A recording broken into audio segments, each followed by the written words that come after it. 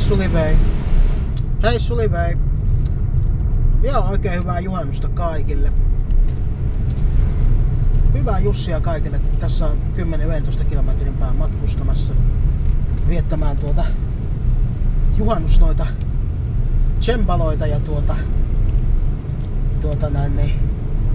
Hieno mennä ja kanso ilma. Jotenkin tuli mieleen, että se on varmaan tällä kaunissa Härmässä, niin sitäkin kauniimmat Härmän ihmiset, niin Suomen ihmiset varmaan monesti unohtaa kerta kaikkiaan niin talvisaikaan sen, että kun aamulla kun herää, että näinkin kauniisti.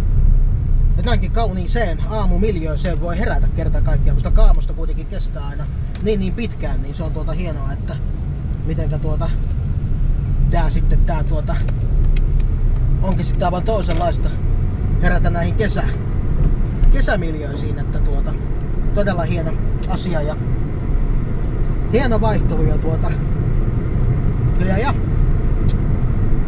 on sitä kyllä itsekin ihastellut kyllä tässä muutamina aamuna, että onpa ihana ruhtinaallista herätä kauniiseen kesämiljöiseen ja kesämaisemiin ja kesäilmatiloihin ja kesän tuoksuihin ja kaikki näihin atmosfääreihin ja näin todellakin. Hieno homma. Nyt justiin tässä appsia ohitan. Se meni nurin täältä Keuruulta. Valitettavasti. Sitä voi käydä tankkaamassa kyllä auton, mutta mitään palveluita siellä myymälässä ei enää ole. R-kioskikin täältä meni down, alas. Että joo. No sitten tänne tuli tilattua Rosso Rollsi. Tämä pikaruoka pizzeria. Megamarketin viereen. Hese ei ottanut tuulta siipien alle, niin aika nopeasti siihen saatiin pökästöstä onneksi tuo pizzeria, että ja näin. Joo. Ihan tyyni ja tasainen on mieli ja olo. Onks mä tänään lukenut vielä mitään? Hetkinen, en oo. Oon kyllä pitänyt käsissä kirjoja.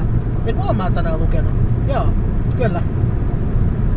Ja sitten otin tähän ikään kuin tällaisen business-laukkukassiin. Businessman kassi ikään kuin otin liudan kirjoja, niin kiva tulla paikan päällä sitten lukea kanssa kirjallisuutta, mitkä on minulla kesken. Siellä on Tolkienin Hobitti, eli sinne ja takaisin kirja ja sitten siellä on Elvis Presley legendan elämä 1935-1977 kirja on minulla kesken vielä, mutta täällä jo esittelinkin aikaisemmin ja Tuben puolella ja sitten tuo Tolkienin kirja ainakin, ja oliko siellä joku muu kirja vielä minulla, hetkinen. Juu, Veilomarkun Kaksisieluinen mieskirja on kanssa on minulla tuolla laukussa mukana, että sitä tuossa eilen vilkaisin ja lueskelin, palautin mieleen niitä asioita, mitä on tullut sieltä aiemmin luettua. Jari Sarasvuo täytti tuossa joku aika sitten taas vuosia, 61 vuotta muistaakseni. Onneksi olkoon teille, herra Sarasvuo. Ja todelliselle Suomi äly miekalle. Häneltä opin, mitä hänen kirjaalle lukenut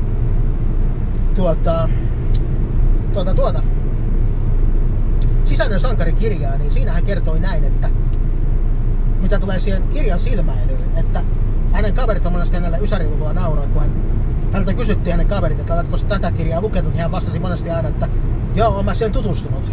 Ja häneltä opisi, että yhden sivun verran, kun silmäilee sitä eri rivejä, sen 10, 15, 20 sekunnin ajan, niin saa aika lailla romeankorean tuntuman siitä, että mitä se itse kokonainen sivu sisältää.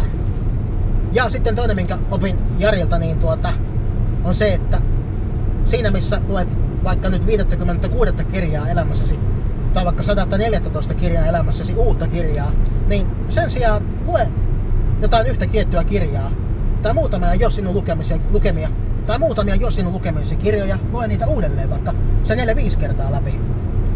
Nyt olen itse sitä maratonia, olen itse taas tehnyt toistepäin, että olen rakastunut lukea eri kirjoja tosiaankin maratoninomaisesti kohta tuon 100 saakka, mutta kyllä minä ajattelin, siis ennen ihan Jarin, siis mitä opin häneltä tuon asian, niin ja ennen sitä niin oli hauskaa, että minulle tuli tuo mieleen juuri tuollainen todellisuus, että voisi tehdä sitten kun olen 100 kirjaa lukenut, että nyt kun olen 97 kirjaa lukenut, niin on sit sen jälkeen ruveta lukemaan todellakin sellaisia kirjoja, mitkä olen jo aiemmin lukenut. Mitkä olen jo aiemmin lukenut ja mitkä ovat tehneet minun hyvän vaikutuksen, mitkä ovat minun tehneet. Niin ajattelin, että no mä oon nyt vähän ottanut siihen sellaista etutuntumaa jo tuon M. Veilon kaksisieluinen mieskirjan kautta.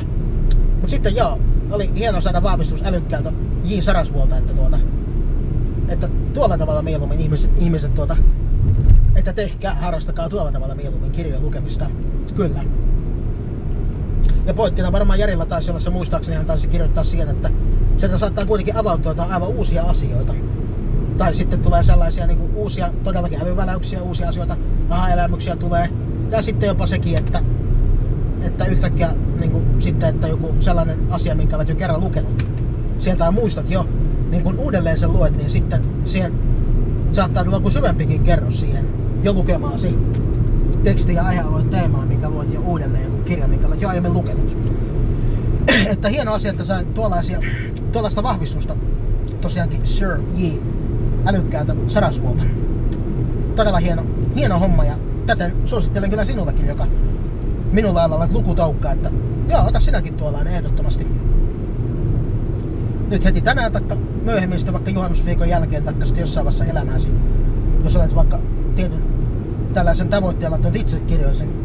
Jos olet minulla jonkun tietyn tavoitteella ottanut itse omien kirjoisi lukumäärän lukemisen, että tulee tuon saakka lukea näin ja näin monta kirjaa, että sitten rupaisit tuollaista uusi maratonia ikään kuin tekemään, niin ehdottomasti suosittelen sitä. Helppo suositella sitä, koska tosiaankin Jari Sarasvuo näin omassa legendaarisessa sisäinen sankarikirjassaan, kun hän noin tuolla tavalla ohjeisti ja opetti. Kyllä. Hienoa. Ei muuta kuin oikein hyvät juhannuslaitumet, vehreät niityt, raikkaat vedet. Tahdon toivottaa teille kaikille ja olkaa turvassa, pidetään toistamme huolta. Ja pitää myöskin itsestäsi todella kaunista ja ihanaa hyvää huolta. Sinä on todella kaunis, kallisarvoinen spesiaalipersona. Se on hei hei ja rock rock.